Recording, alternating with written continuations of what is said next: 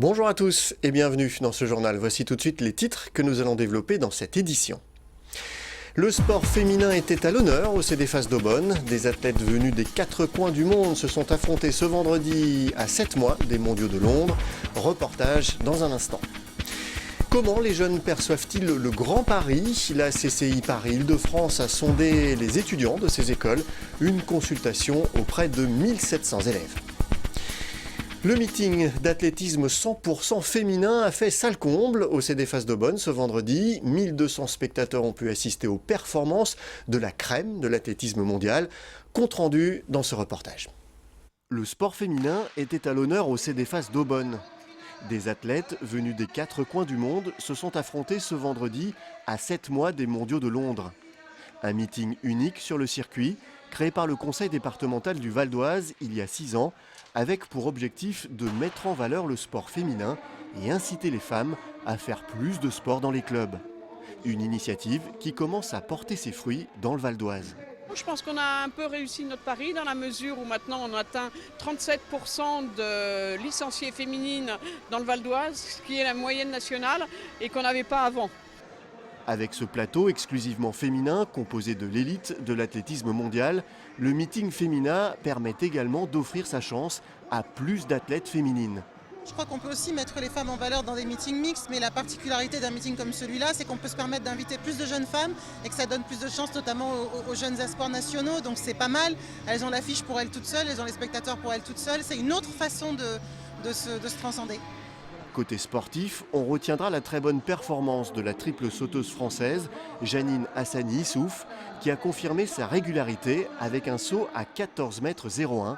L'athlète améliore à Aubonne la meilleure performance française de la saison pour un petit centimètre.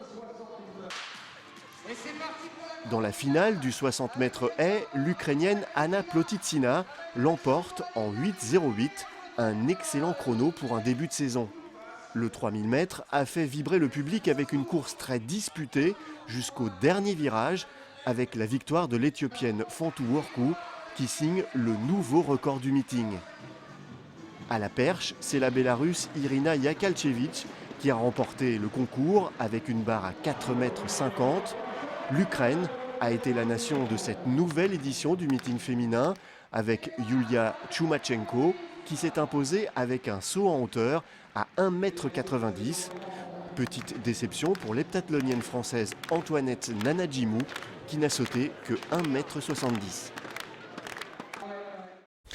Des incidents ont éclaté ce dimanche vers 17h30 dans le quartier de la Dalle d'Argenteuil, le long de l'avenue Maurice-Utrillo. Un bus a été caillassé, son chauffeur blessé au visage. Du mobilier urbain a été détruit par une cinquantaine de jeunes. Un journaliste a été pris à partie et blessé par les émeutiers. Selon la préfecture du Val d'Oise, 11 personnes ont été interpellées et placées en garde à vue, dont 8 mineurs. Des violences qui sont intervenues après les manifestations de soutien à Théo et les incidents de Bobigny en Seine-Saint-Denis. Comment les jeunes perçoivent-ils le Grand Paris? La CCI Paris-Île-de-France a sondé les étudiants de ces écoles. Une consultation auprès de 1700 élèves. Premier constat, ils ont une bonne connaissance du Grand Paris et de ses projets, mais ils ne conseilleraient pas la région à des amis. Explication, Olivier Zanetta. Les jeunes des écoles de la CCI Paris-Île-de-France ont entendu parler du Grand Paris.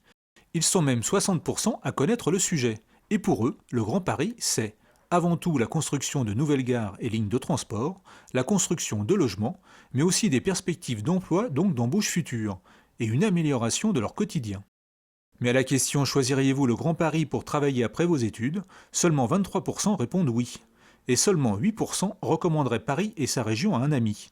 Un faible score qui alerte les responsables de la Chambre de commerce et d'industrie de Paris-Île-de-France. Pour beaucoup, effectivement, un sentiment très psychologique et défavorable, et qu'aujourd'hui on doit renverser cette tendance. Il y a aussi tous les problèmes qu'on connaît bien, les loyers sont élevés, moins qu'à Londres quand même. Les transports sont difficiles, beaucoup moins chers qu'à Londres quand même. Donc on a sans doute des éléments de comparaison à faire valoir pour qu'ils connaissent mieux les raisons de rester à Paris. La CCI régionale forme chaque année 34 000 jeunes, dont 14 000 apprentis.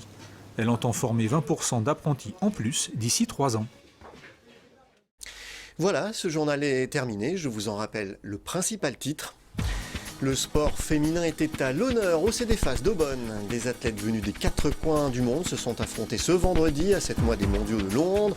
À noter la très bonne performance de la triple sauteuse française Janine Hassani-Issouf qui a confirmé sa régularité avec un saut à 14,01 m, la meilleure performance française de la saison. Merci d'avoir suivi ce journal. N'oubliez pas que l'info continue sur notre site vonews.fr. À demain.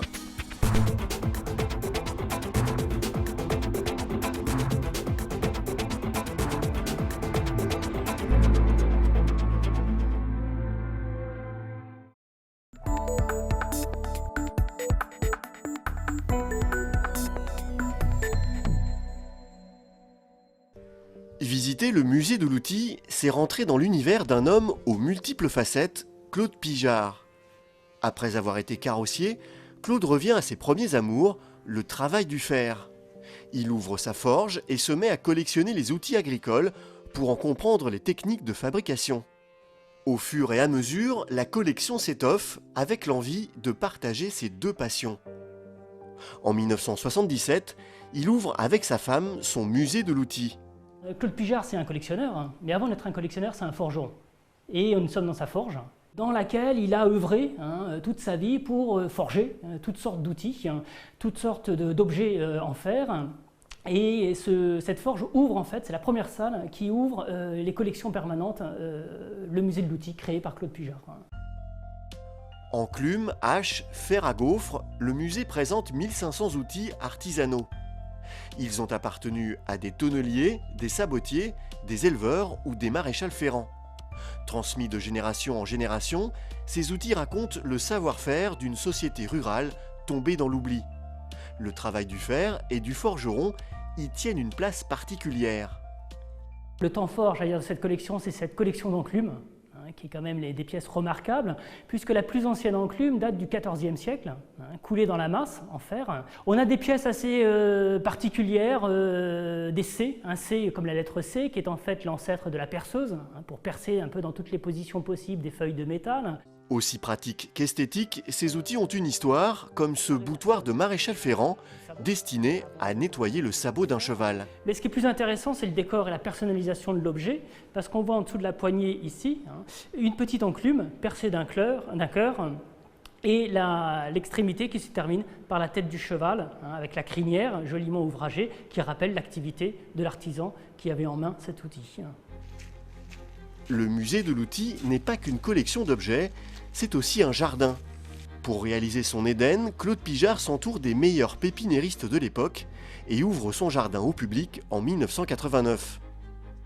À l'origine, c'était une ancienne cour de ferme, donc il n'y avait rien. Et Claude Pijard a retourné littéralement cette cour de ferme pour créer ce jardin. On est vraiment dans la tradition du jardin de curé, avec toutes sortes de fleurs, roses, plantes médicinales, ce qu'on appelle les simples aussi, les plantes pour guérir. Et ce qui est étonnant dans ces allées, ce sont ces tonnelles, ce sont ces tuteurs, balconnières et autres qui sont forgés par Claude Pijard. Donc il y a la touche du forgeron dans l'espace jardin. Claude Pijard s'éteint en 2003, le conseil départemental rachète son musée. Après des travaux de restauration, il rouvre en 2011. Construit sur des termes gallo-romains, il est désormais rattaché au musée archéologique départemental de Guiry. Claude Pijard peut reposer en paix, son travail de mémoire ne tombera pas dans l'oubli.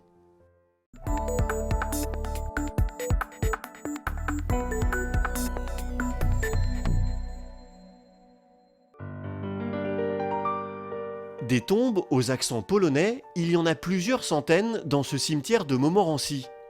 Cette histoire commence en 1830. À cette époque, la Pologne n'existe plus et après l'échec de l'insurrection contre l'occupant russe, de nombreux Polonais prennent la route de l'exil. Beaucoup d'entre eux s'installent à Paris. Les deux plus connus, le général Kniazewicz et l'écrivain Niemcewicz, découvrent Montmorency et tombent sous le charme de la ville de Jean-Jacques Rousseau. Ils demanderont à y être inhumés et seront les premiers d'une longue liste. Nous nous trouvons au cimetière des Champeaux, où il y a plus de 270 personnalités polonaises qui sont inhumées.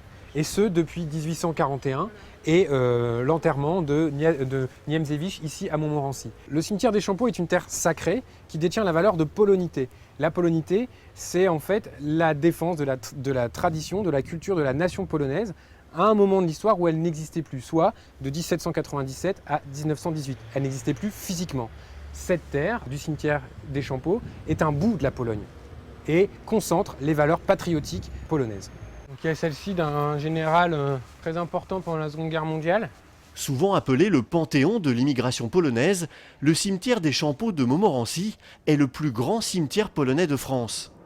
Terre sacrée et lieu de mémoire, il est le symbole de la résistance polonaise contre toutes les formes d'oppression. Ce mur du souvenir avec ses plaques est là pour commémorer justement tous les Polonais qui ont combattu pendant la Seconde Guerre mondiale dans des réseaux de résistance ou dans les forces armées libres contre les nazis, dont notamment le groupe de résistance PAUN, très connu des Polonais.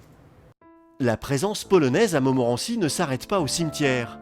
On la retrouve dans la collégiale Saint-Martin. L'église abrite plusieurs souvenirs de la colonie polonaise. Le plus imposant est ce monument funéraire. On se trouve devant un cénotaphe des personnages Niemcewicz et Niemcewicz. Ces personnages sont des aristocrates et des hommes d'État polonais qui ont dû migrer en 1830 à la suite de la révolution avortée contre l'occupant russe. Et pour célébrer leur engagement pour la culture polonaise et l'État polonais, la communauté polonaise en exil a décidé de créer ces deux cénotaphes pour célébrer ces deux personnages. Un cénotaphe, qu'est-ce que c'est ? C'est un monument funéraire dans lequel il n'y a aucun reste des personnalités qui sont représentées. Pour mieux comprendre la vie de ces exilés polonais et leur emplacement dans le cimetière des Champeaux, l'Office de tourisme a créé une carte interactive. L'idée, c'est un plan du cimetière interactif sur lequel on peut sélectionner les tombes et avoir la biographie des personnalités qui y sont inhumées. Alors ce qui est intéressant, c'est que ça marche également sur smartphone et sur tablette. Comme ça, on peut se rendre directement sur le lieu et faire sa propre visite libre du cimetière. Pour ceux qui préfèrent le contact humain, des visites guidées classiques sont proposées toute l'année.